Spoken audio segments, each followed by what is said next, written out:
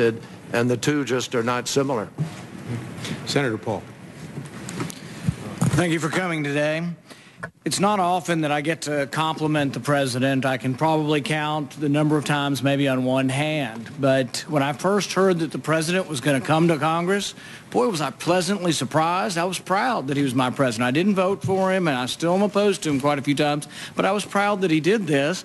And I was just about to stand on my feet and clap and give him a standing ovation. And then I heard, well, but if I lose the vote, I'll probably go ahead and do the bombing anyway.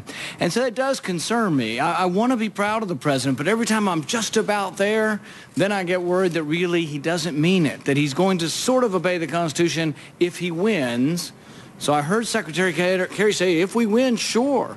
But if we lose, what? I mean, make me proud today, Secretary Kerry. Stand up for us and say, you're going to obey the Constitution, and if we vote you down, which is unlikely, by the way, but if we do, you would go with what the people say through their Congress, and you wouldn't go forward with a war that your Congress votes against. Can you give me a better answer, Secretary Kerry? I can't give you a different answer than the one I gave you. I don't know what the president's decision is, but I will tell you this. It ought to make you proud because he still has the constitutional authority, and he would be in keeping with the Constitution. Well, I disagree with you there. I don't believe he has the constitutional authority. I think Congress has this. Madison was very explicit. When he wrote the Federalist Papers, he wrote that history supposes, or the Constitution supposes what history demonstrates, that the executive is the branch most likely to go to war, and therefore the Constitution vested that power in the Congress. It's explicit and runs throughout all of Madison's writings. This power is a congressional power, and it is not an executive power. They didn't say big war, small war. They didn't say boots on the ground, not boots on the ground. They said declare war. Ask the people on the ships launching the missiles whether they're involved with war or not. If we do not say that the Constitution applies, if we do not say explicitly that we will abide by this vote, you're making a joke of us. You're making us into theater. And so we play constitutional theater for the president.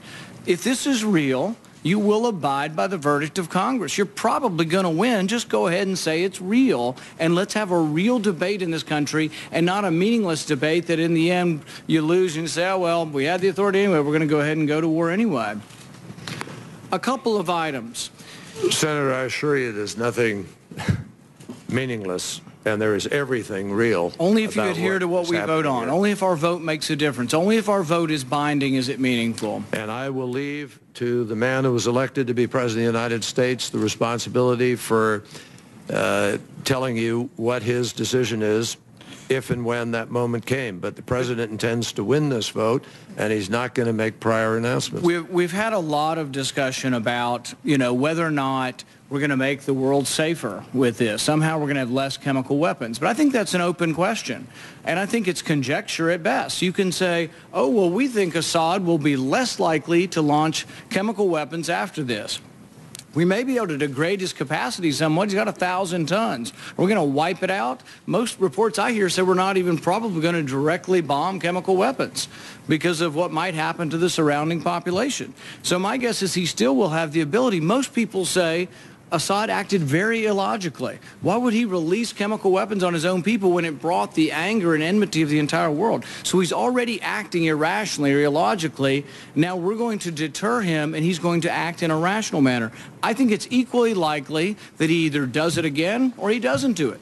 I don't think you can say for certain which is better. I don't know that we can say that by attacking them, he's not going to launch another chemical attack. Will the region, I got a few of them, then I'll stop. Will the region be more stable or less stable? We all say we want stability in the Middle East, and stability in the Middle East is a national interest for our country. Will it be more stable or less stable? I frankly think there are equal arguments on both sides of that. Will Israel be more likely to suffer an attack on them, a gas attack or otherwise, or less likely? I think there's a valid argument for saying they'll be more likely to suffer an attack if we do this. Will Russia be more likely or less likely to supply more arms and get more heavily involved in this?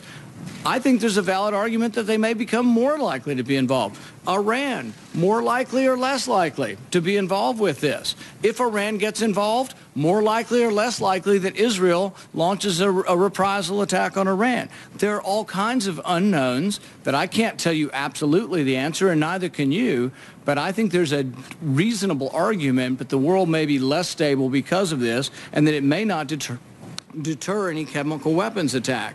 So what I would ask is, how are we to know? How are we to go home? I haven't had one person come up to me and say they're for this war. Not one person.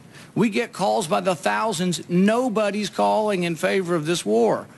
I didn't meet one. I was home all month. I went to 40 cities. I didn't have one person come up and say, do they all agree it's a horrendous thing? Yes, we all agree that chemical attack's a horrendous thing, but people are not excited about getting involved. They also don't think it's going to work.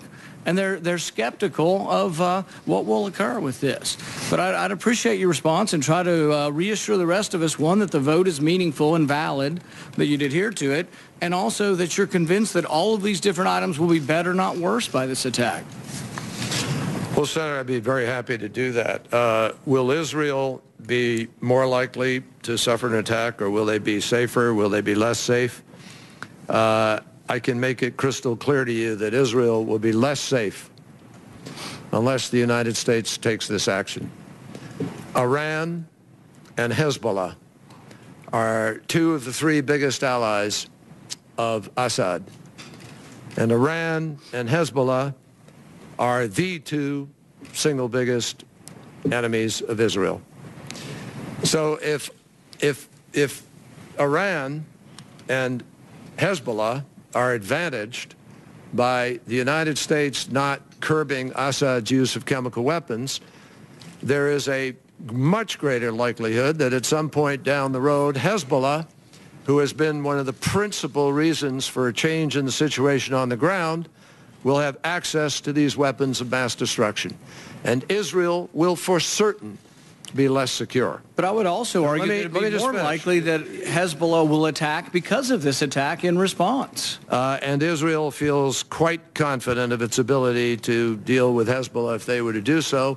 You will notice that Israel has on several occasions in the last year seen fit to deal with threats to its security because of what's in Syria, and not once has Assad responded to that to date. I think there are a bunch of things we should talk about in a classified session, but let me just make it very clear to you that, you ask these questions, will this or that be more likely to happen or not likely to happen? If the United States of America doesn't do this, Senator, is it more or less likely that Assad does it again? You want to answer that question? I don't think it's known. I don't think is it more or less likely that he does it again? You have the attack. I think it's unknown whether it's more or less likely whether you have the attack. Senator, it's not unknown. If the United States of America doesn't hold them accountable on this with our allies and friends, it's a guarantee Assad will do it again. A guarantee. And I urge you to go to the classified briefing and learn that. Secondly, let me just point out to you that with respect to this question of Americans wanting to go to war, you got three people here who have been to war. You got John McCain, who's been to war. There's not one of us who doesn't understand what going to war means, and we don't want to go to war. We don't believe we are going to war in the classic sense of taking American troops and America to war.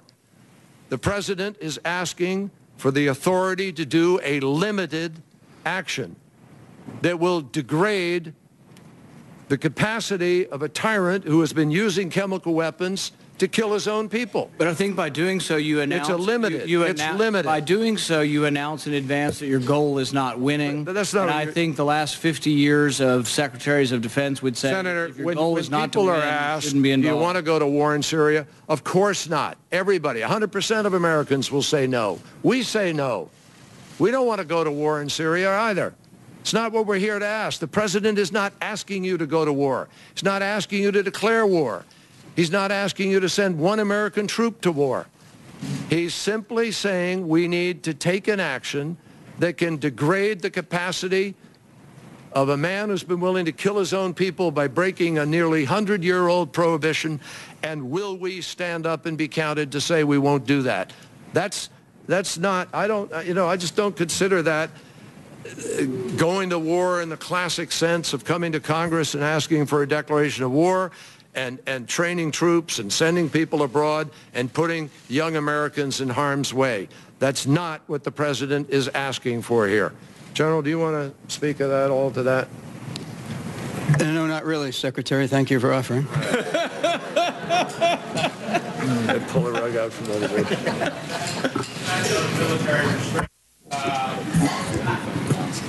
Great. Thank you to all of you. This has been a good discussion.